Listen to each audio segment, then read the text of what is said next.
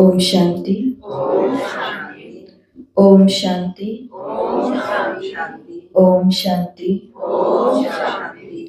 30 मार्च 2026 बाबा ने कहा, मीठे बच्चे, शिव बाबा के इस रचे हुए रुद्र यज्ञ की तुम्हें बहुत बहुत संभाल करनी है। शिव बाबा के इस रचे हुए रुद्र यज्ञ की तुम्हें बहुत बहुत संभाल करनी है। ये है बेहद का यज्ञ स्वराज्य पाने के लिए। प्रश्न, इस रुद्र यज्ञ का रिस्पेक्ट किन बच्चों को रहता है? इस रुद्र यज्ञ का रिस्पेक्ट किन बच्चों को रहता है? उत्तर, जो इसकी विशेषताओं को जानते हैं। तो इस रुद्र यज्ञ की पहली विशेषता क्या है? भगवान पढ़ाते हैं। इस रुद्र यज्ञ की पहली विशेषता क्या है?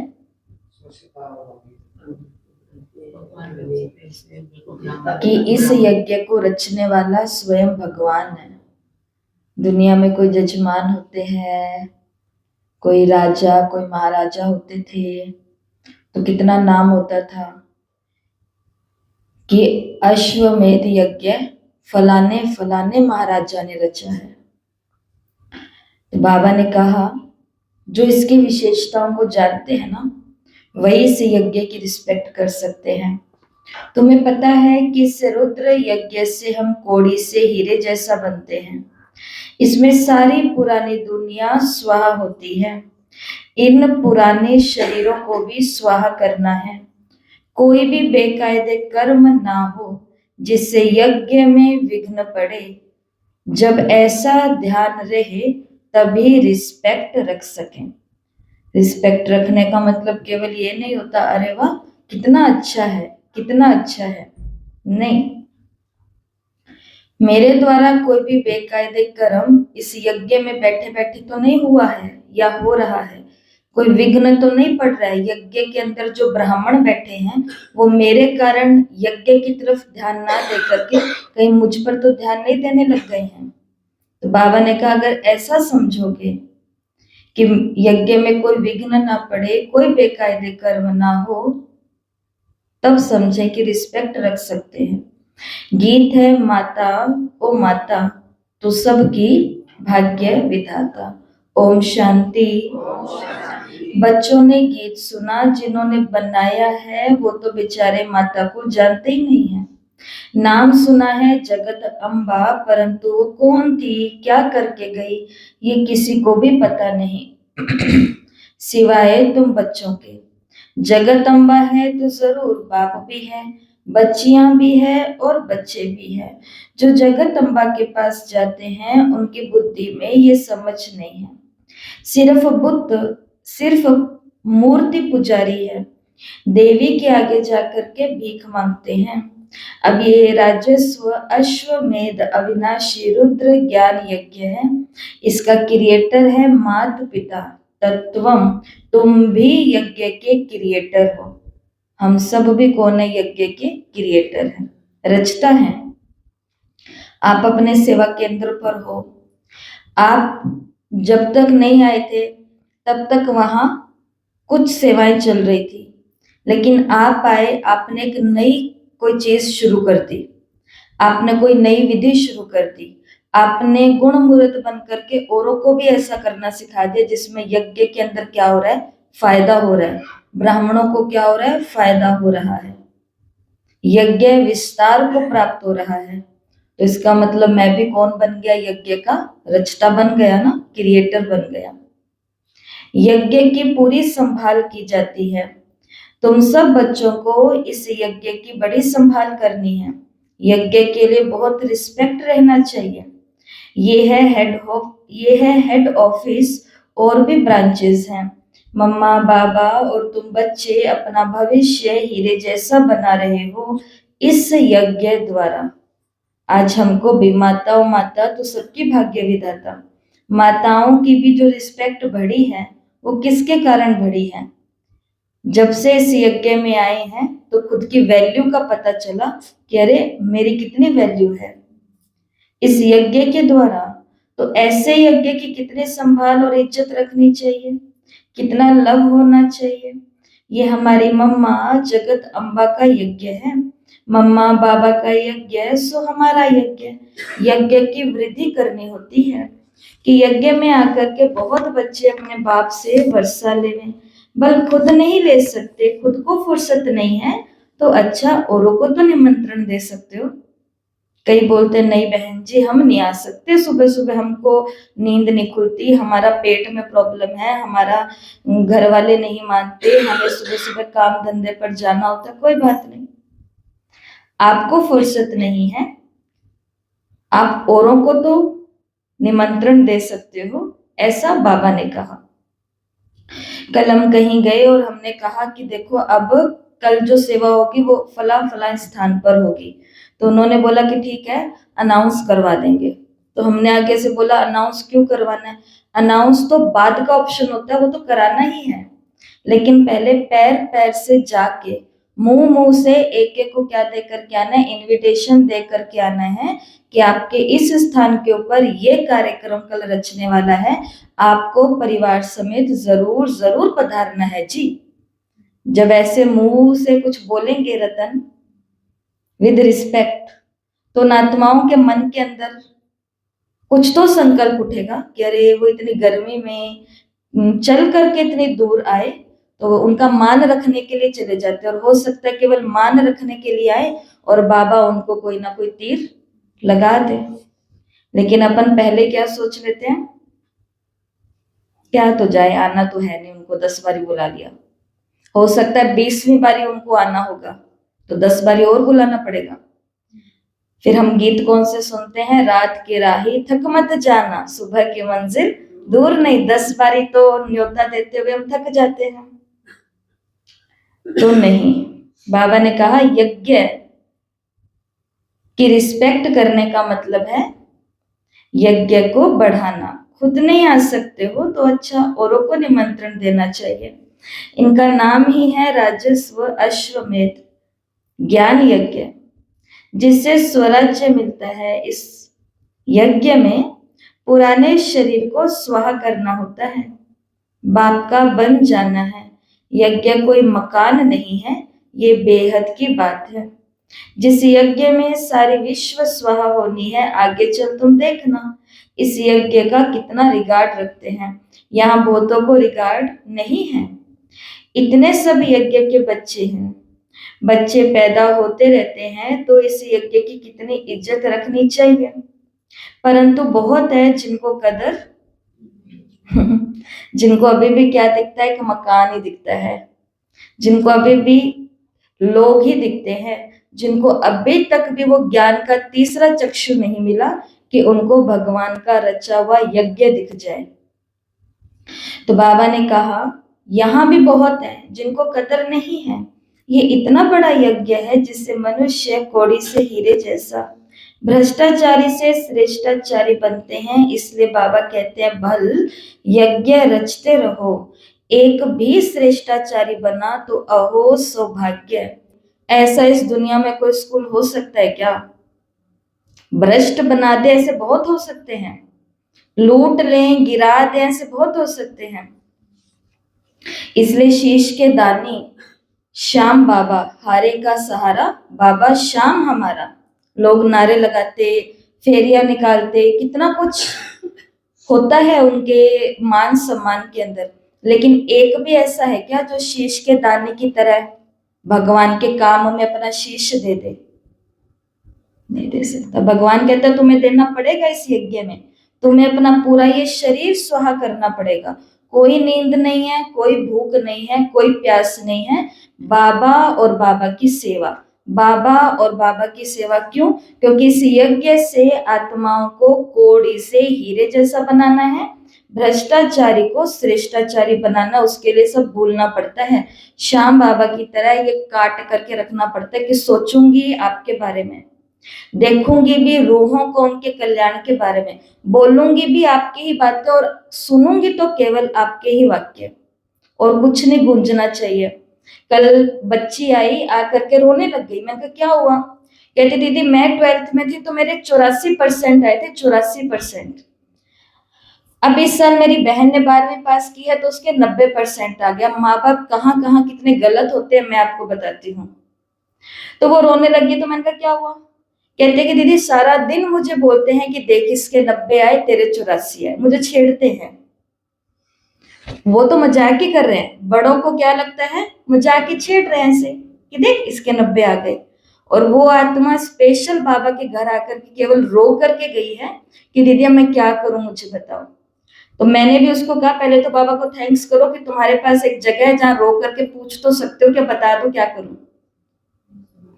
और इतना खुश होते हुए हंसते हंसते फिर गए कि 90 आए उसको मत देखो, तुम्हारी कोई खास फ्रेंड होगी, तुम्हारा कोई खास भाई बहन होगा, कुछ तो होगा, उसके देखो शायद 60 50 40 पर ही घूम रहा होगा या घूम रही होगी, जबकि तुम्हारे जितनी मेहनत की होगी। लेकिन अचानक से घर में कोई बीमार हो गया, अचानक से घर में कोई शादी पे आ गया तो उसका वो मिस हो गई पढ़ाई।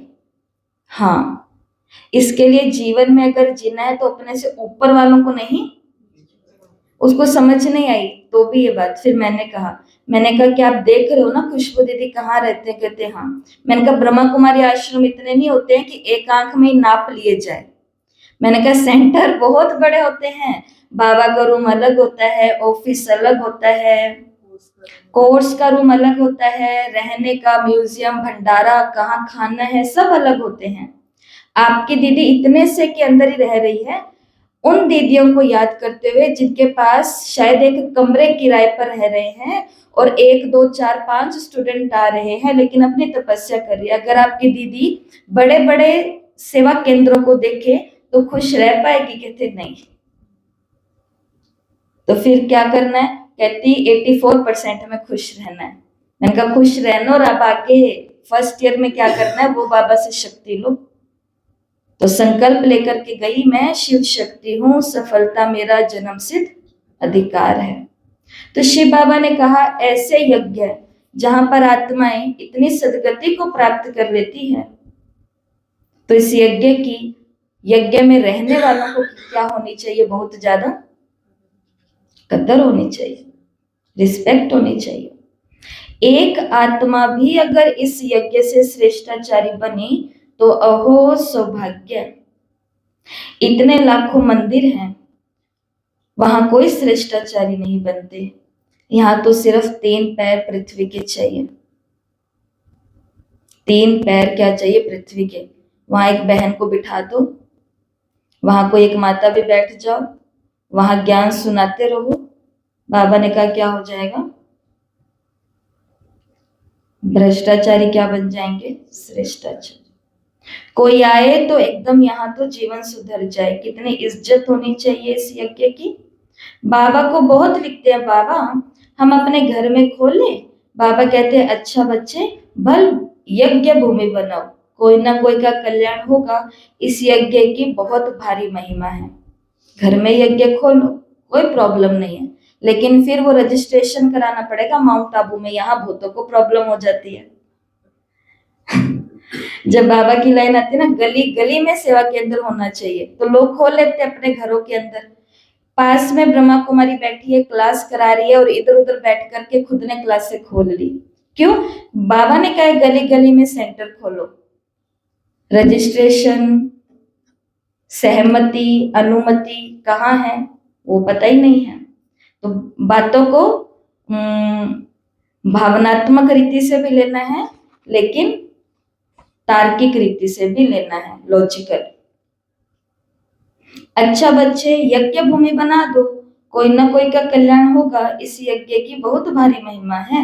यज्ञ की भूमि है जहां बच्चियां औरों का कल्याण करती रहती हैं। ऐसे यज्ञ का बहुत मान चाहिए, परंतु ज्ञान पूरा ना होने के कारण इतना रिगार्ड नहीं है। यज्ञ में विघ्न डालने वाले बहुत हैं। ये शिव बाबा का यज्ञ है तो माता पिता इकट्ठे हैं। इस मम्मा बाबा से तो कुछ भी मिलता नहीं। बेहद के बाप से सब कुछ मिलता है, वो है एक। मम्मा बाबा कहा जाता है, शरीरधारी को, निराकारी को भी शरीर नहीं है। तो बाप कहते हैं कि साकार का भी मुरीद मत बनो, मामेकम याद करो। रिस्पेक्ट रखते हुए याद किसको करना है? एक शिव बाबा। कल ब्रह्मा बाबा के 18 कदम भेजे थे ना, लिखे सबने? लिखे, देखे, पढ़े? नहीं। अब देखो चीजें मिल रही है तो भी हमें पढ़ने की फुर्सत नहीं है। तो ब्रह्मा बाबा के 18 कदम कैसे बनेंगे बाप समान, उसके पता ही नहीं कदम कौन से हैं। तो जो भेजे जा रहे हैं कम से कम उतना तो पढ़े हम। ये बाबा भी मुझे याद करते हैं।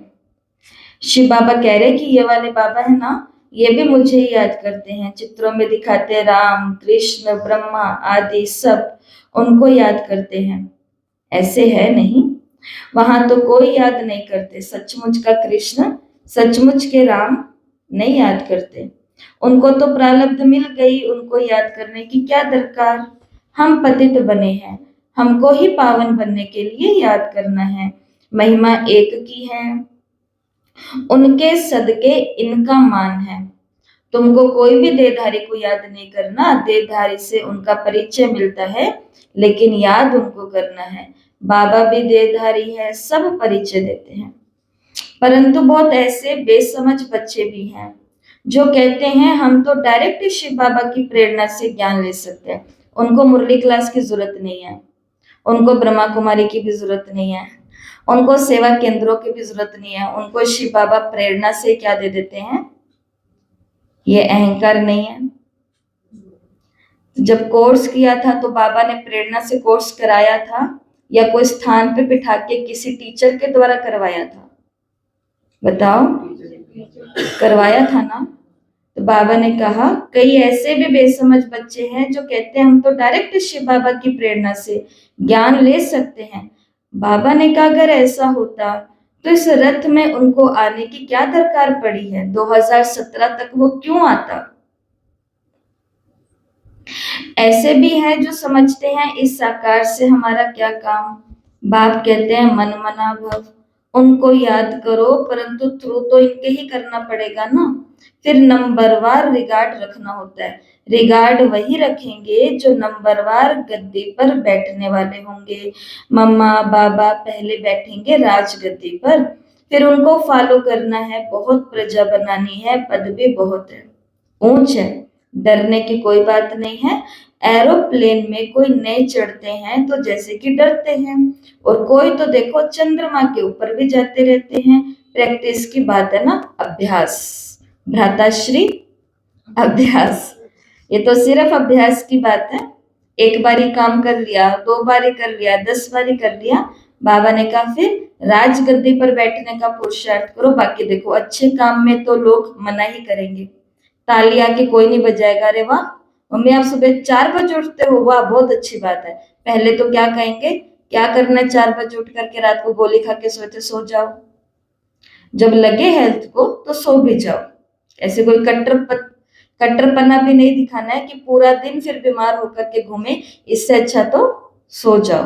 लेकिन अब इस बात को पकड़ ही मत लेना, कहीं रोज ही सो जाओ, कहो दीदी ने कहा था। एकदम से मरने के हाल हो कि अब तो बैठने की ताकत ही नहीं है, अब तो बस प्राण ही निकलेंगे।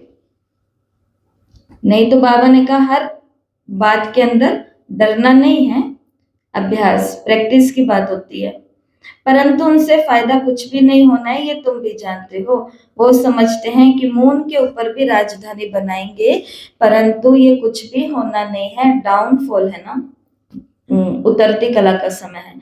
डाउनफॉल और राइज को तुम बच्चे जानते हो। चित्र भी है, ये लक्ष्मी नारायण राज्य करते हैं। आज देखो भारत कितना गरीब है, ये तो रियल बात है। इन्होंने तो खुद ही लिखा है, तो यहाँ सीढ़ी में दिखाना चाहिए। वहां हीरों के महल चमकते हैं, यहाँ फिर कोड़ियां दिखानी चाहिए। अगर कोड़ियां, आगे तो कोड़ियां चलती थी, गुरुद्वारों में कोड़ियां रखते थे, अब तो कोई पैसे भी नहीं रखते होंगे। सीढ़ी तो बहुत अच्छी है, इसमें बहुत कुछ लिख सकते हैं। तो बाबा चित्र की बात कर रहे हैं। मम्मा पापा के साथ बच्चों का भी चित्र हो और ऊपर में आत्माओं का झाड़ भी। नए नए चित्र रेडी होते जाएंगे। अब ये जो चित्र है बाबा ने ऐसे इशारे दे दे करके अपने अनन्य बच्चों से बनवाए थे। तो कितनी कदर है इन चित्रों की।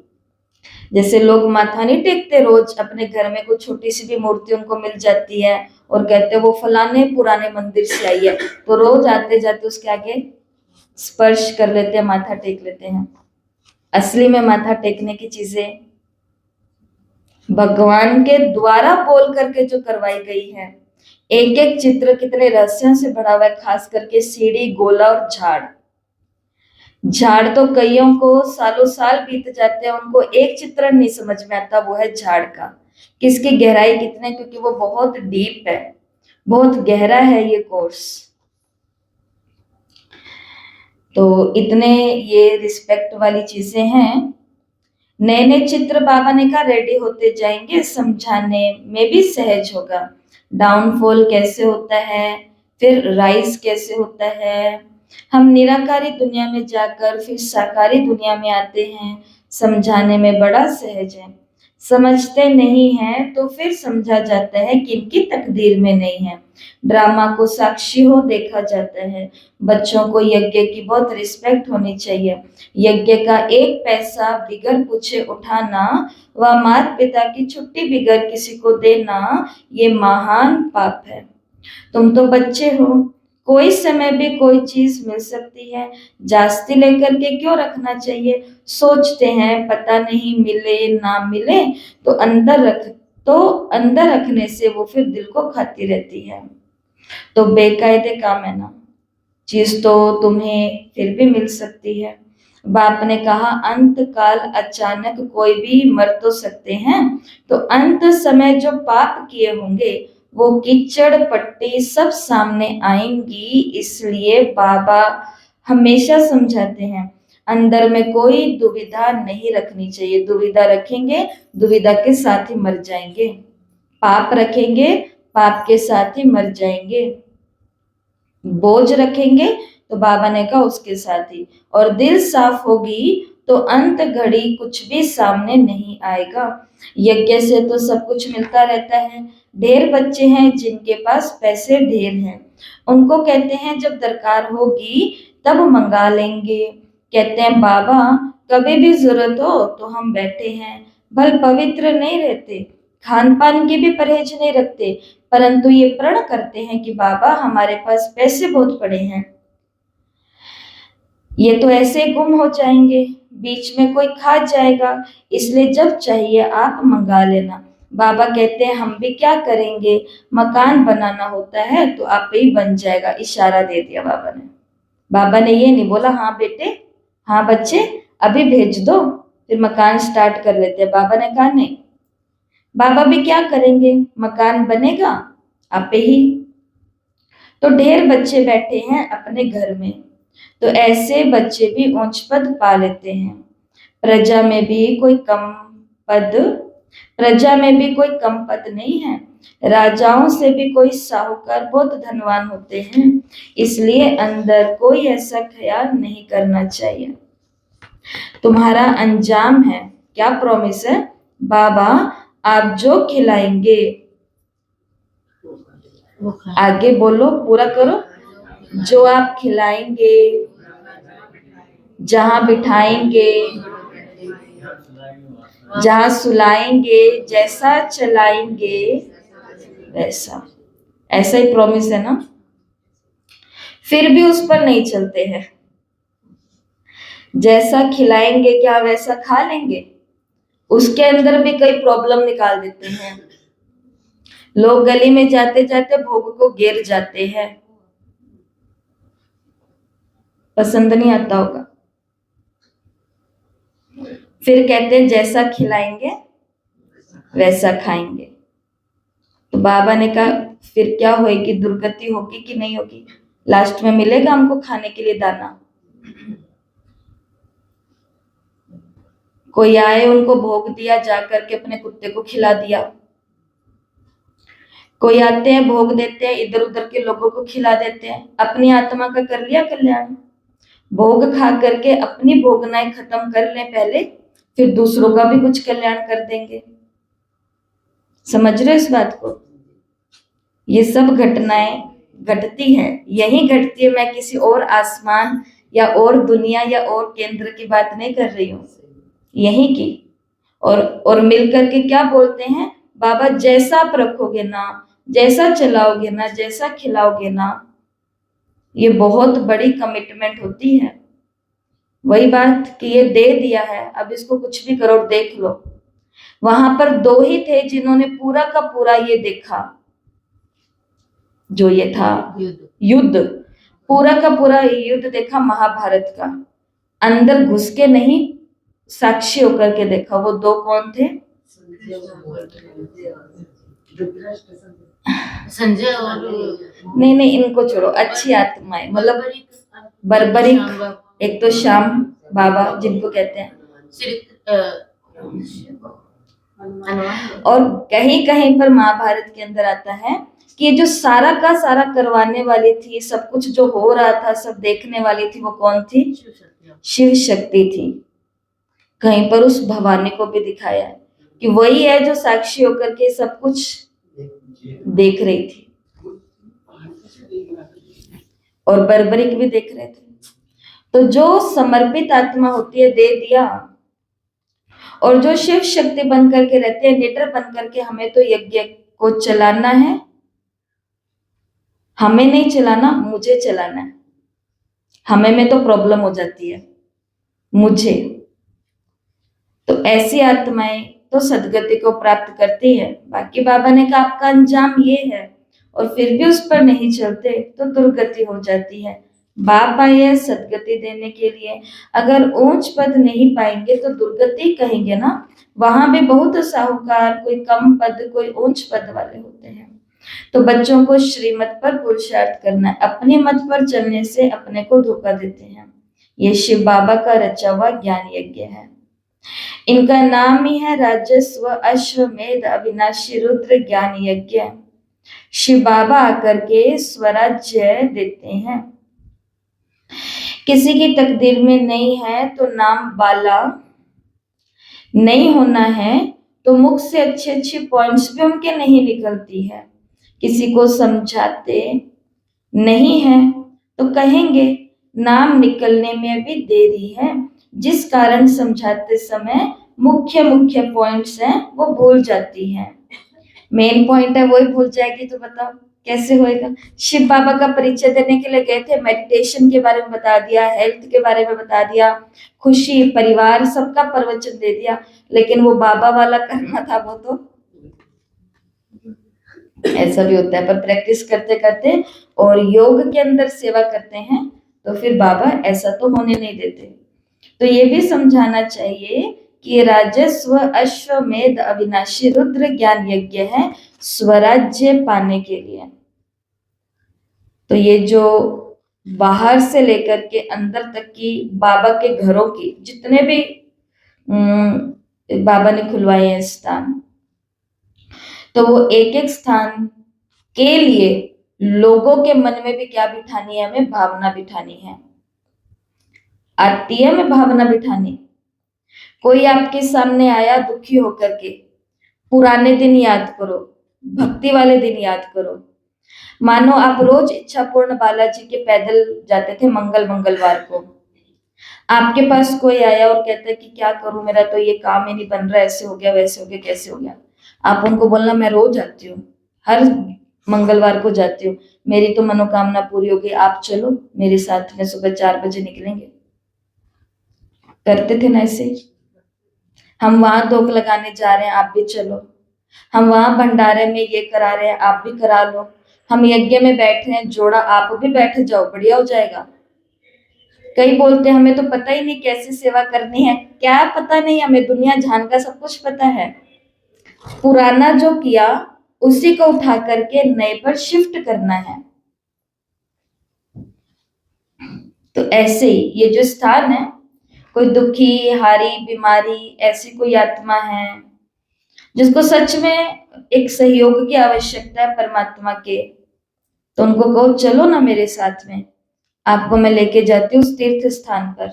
वहां जाने से देखो मेरा तो पूरा जिंदगी ही संवर गई, मैं तो कोड़ी से हीरे जैसा बन गई। मेरा बेटा ऐसा था, ऐसा हो गया, मेरी बहू ऐसी थी, ऐसी हो गई, मेरी सास ऐसी थी, आज तो मेरे कहने पर खुश खुश होकर के रहती है। घर में खाते थे पीते थे, ये चलता था, और आज तो हमारे घर के अंदर लहसुन प्याज की भी बदबू नहीं आती है। आप चलो तो सही मेरे साथ, सारे काम आपके बन जाएंगे। तो इतना रिगार्ड अगर हमको होगा तो हम किसी को भी ये रिगार्ड मन के अंदर रखवा सकते हैं। बोर्ड पर भी लिख सकते हो कि स्वराज्य पाने के लिए इस यज्ञ में पुरानी दुनिया सब स्वाहा हो जाएगी, जिसके लिए ये महाभारत लड़ाई खड़ी हुई है। विनाश के पहले ये स्वराज्य पद लेना हो तो आकर के लो। बोर्ड पर तो बहुत कुछ लिख सकते हो, एम ऑब्जेक्ट भी आ जाए, नीचे लिखना चाहिए स्वराज्य पद मिलता है। जितना हो सके क्लियर लिखत होनी चाहिए, जो कोई भी पढ़ने से समझ जाए। बाबा डायरेक्शन देते हैं, ऐसे ऐसे बोर्ड बनाओ, ये अक्षर जरूर लिखो, आगे चल इस यज्ञ का बहुत प्रभाव निकलेगा, तूफान तो बहुत आएंगे।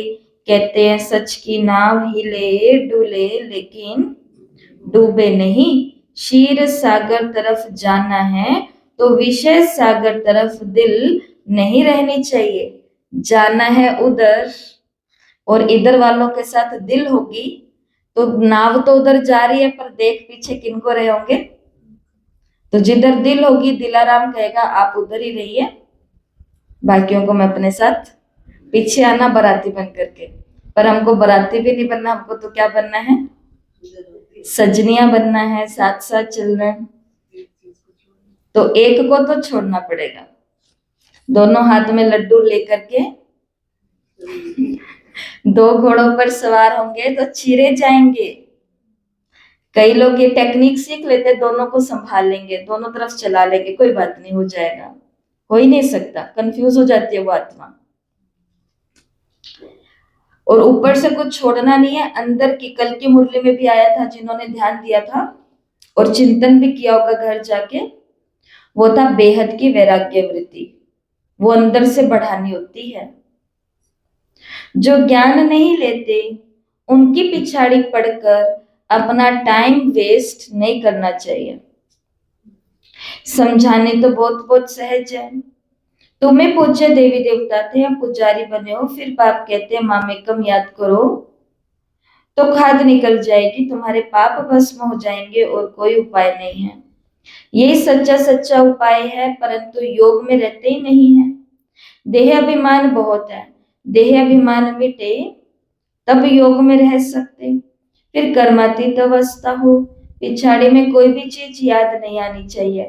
कोई कोई बच्चों का कोई चीज में इतना मोह बढ़ जाता है, बाबा ने कहा जो बात मत पूछो। शिव बाबा को भी याद नहीं करते, उस चीज में इतना ज्यादा इंटरेस्ट हो गया कि शिव बाबा को भी याद नहीं करते। ऐसे बाप को खास याद करना चाहिए। कहा जाता है हथकार दे दिल यार दे, ऐसे बहुत मुश्किल किसको याद रहता है। चलन से पता पड़ जाता है, यज्ञ का रिकॉर्ड ही नहीं रहता। इस यज्ञ की तो बड़ी संभाल रहनी चाहिए। संभाल की गोया बाबा को खुश किया, हर बात में संभाल चाहिए। गरीबों की पाई पाई इस यज्ञ में आती है, जिससे वो पदम पति बनते हैं।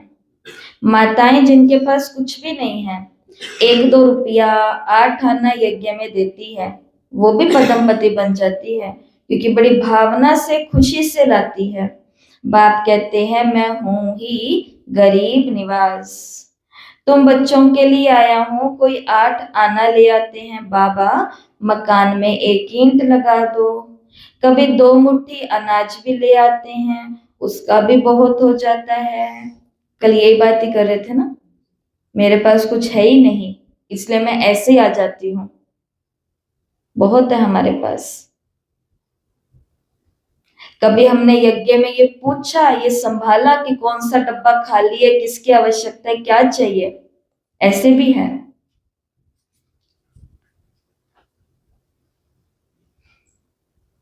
और क्या कहती है बाबा को, ये लो बाबा 8 आना और मकान में क्या लगा दो, एक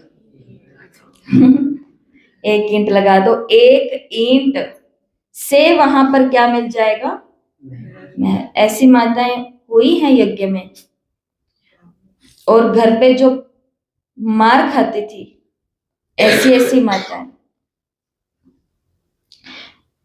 बाबा ने कहा कोई तो मुट्ठी अनाज ले आते हैं तो उसका भी बहुत हो जाता है, कणा कणा मुहर बराबर हो जाता है।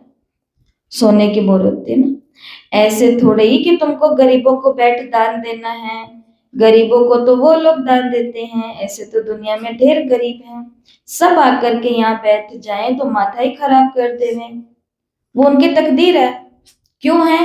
कारण है उसके पीछे। आज देखो उन धनवान लोगों को, हमें अपने ही आसपास दिख जाएंगे, जो सारा दिन पैसे पैसे पैसे पैसे पैसे में ही खाना भी नहीं खा पा रहे हैं, खाना भी नहीं खा पा रहे हैं, परिवार के साथ तो बातें नहीं कर पा रहे क्योंकि पैसा इतना ज्यादा कमाना है।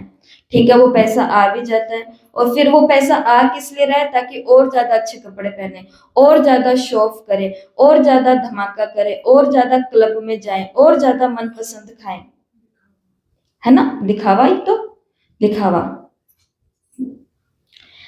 इनको ज्ञान सुनाओ या मेडिटेशन करो, टाइम नहीं है। यही आत्माएं खा खा करके अपने सारे भंडारे खत्म कर लेती है।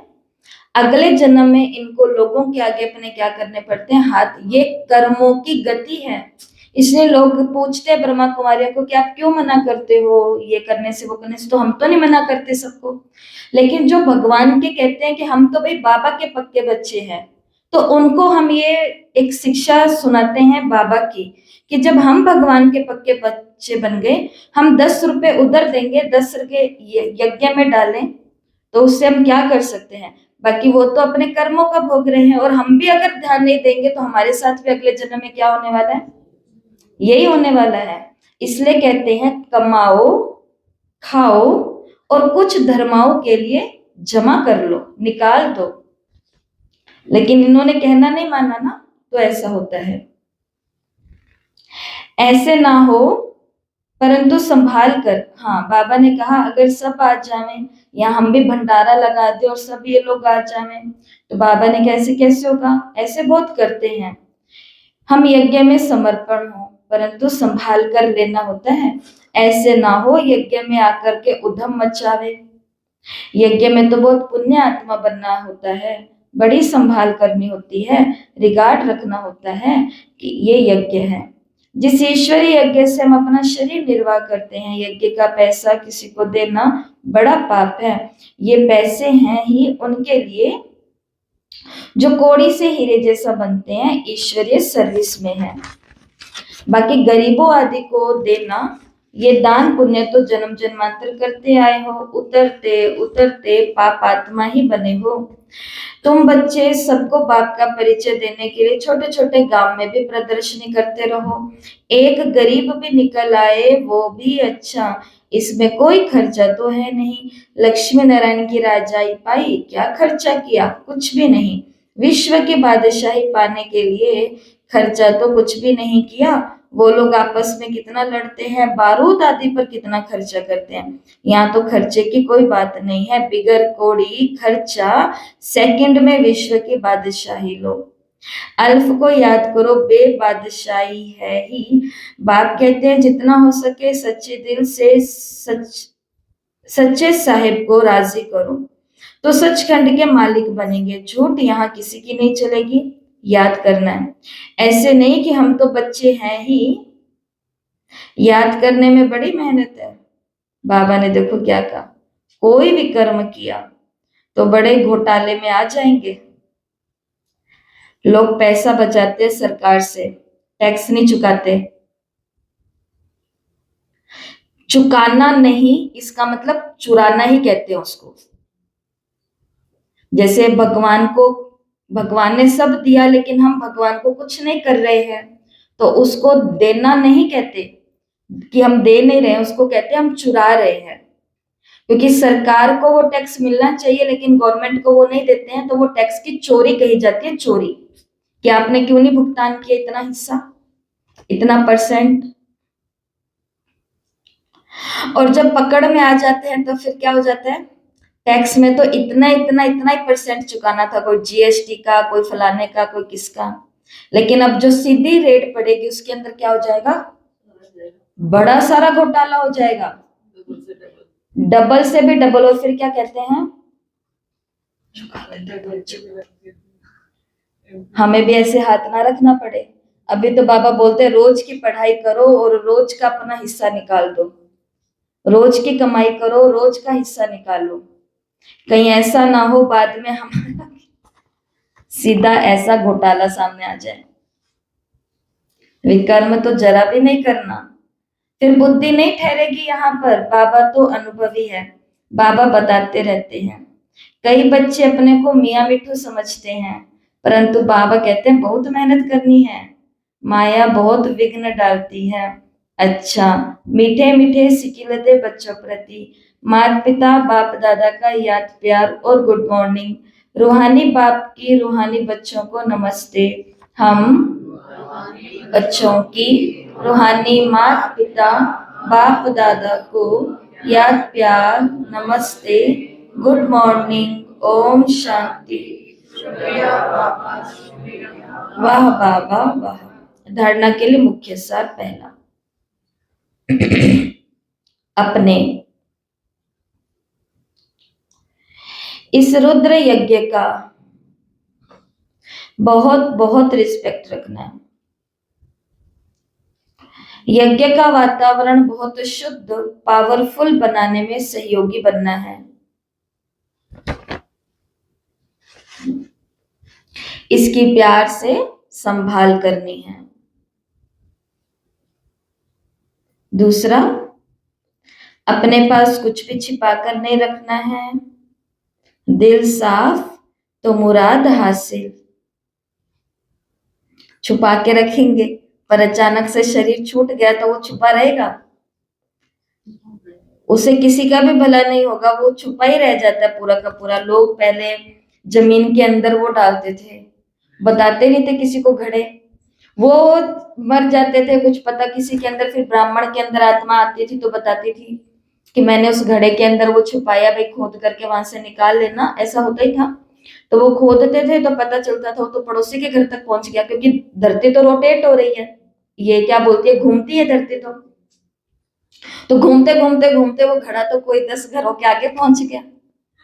अब वो किसका हो गया वो अचानक से खोदेंगे और कहेंगे अरे सोने की मूर्ति देवी माँ की यहाँ से निकली, ऐसे हो जाता है। हमारा खोया हुआ अच्छा, हो गया, देखो चांदी बड़ी हुई थी। ऐसे होती है बातें। ये देखो रियल इंसिडेंट है। डबली में, हाँ डबली में उस जगह मिला ही नहीं, तो हमने पता था। हाँ वहां मिला नहीं ना, क्योंकि ऐसे हो जाता है। तो बाबा ने कहा ऐसे कुछ भी छिपा करके नहीं रखना है।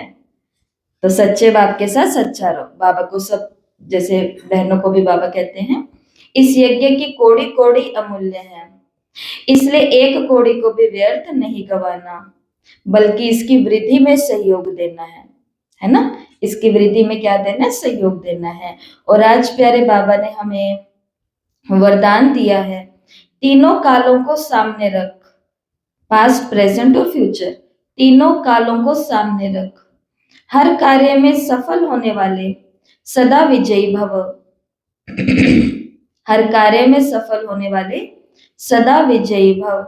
बाबा कहते हैं लौकिक रीति में भी जो समझदार होते हैं वो आगे पीछे सोच समझ करके फिर ही कदम उठाते हैं।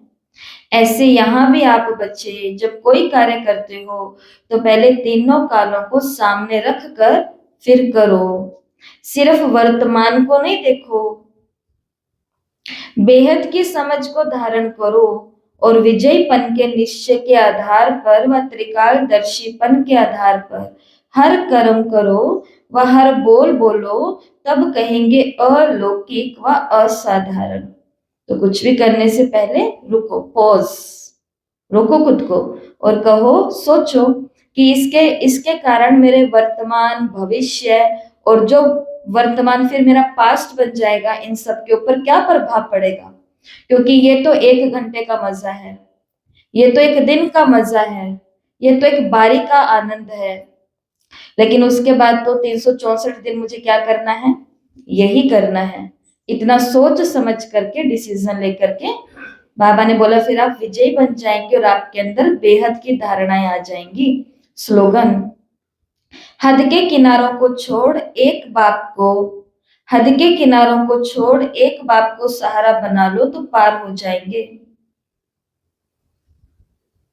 एक बाप को सहारा बना लो तो पार हो जाएंगे। कल की अव्यक्त मुरली भी जो थी ना 19/12 की, उसके अंदर बाबा ने कहा साथी बनाओगे तो सहारा मिलेगा, साथी बनाते नहीं हो, साथी लौकिक में ढूंढते हो, तो बाबा ने कहा फिर मेरा सहारा भी नहीं मिलता। और आज इसी बात को आगे बाबा कवर करेंगे कि आवश्यकता के समय जब हम भगवान को साथी बनाते हैं तो क्या होता है, वो आज की मुरली में आएगा, अव्यक्त वाणी में। तो हद के किनारों को छोड़कर एक बाप को सहारा बना लो तो पार हो जाएंगे। और ये हैं आज के अव्यक्त इशारे। कई बच्चे समझते हैं मैं स्वयं को जानता हूं कि मैं ठीक हूं, दूसरे नहीं जानते व दूसरे नहीं पहचानते, आखिर पहचान लेंगे, आगे चल करके देखना क्या होता है। बाबा ने कहा ये भी ज्ञान स्वरूप, याद स्वरूप आत्मा के लिए स्वयं को धोखा देने वाली अलबेलेपन की मीठी नींद है। आगे का आगे देखा जाएगा, मुझे पता है भाई मैं ठीक हूं। जिन बच्चों के निश्चय का फाउंडेशन मजबूत है वो कभी छिप नहीं सकते, उनकी सेवाएं उनको प्रत्यक्ष कर देती हैं, वो नहीं छिप सकते। और वो ये बात कभी नहीं कह सकते कि अभी किसी को पता नहीं चल रहा कि मेरे अंदर कितनी शक्तियां, कोई बात नहीं, अपना टाइम भी आएगा, सीधा साक्षात्कार कराऊंगी मैं। ऐसे कैसे साक्षात्कार, साक्षात्कार प्रैक्टिकल में कराने पड़ेंगे। बाबा ने कहा जिनका फाउंडेशन मजबूत है ना निश्चय का, वो नहीं छिप सकते, वो सदा निर्भय होते हैं, वो सदा निश्चिंत रहते हैं। तो ये आज के अव्यक्त इशारे थे और आज का जो वरदान है उसी से ही हम स्वमान लेंगे। और आज का स्वमान है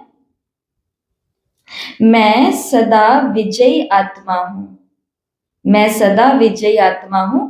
और 21 बारी इसको हम लिखेंगे ना, तो उस समय बस यही मन के अंदर चिंतन करना कि मैं जो भी कार्य करती हूँ तीनों कालों को सोच समझ के करती हूँ। फिर लिखो मैं सदा विजयी आत्मा हूं।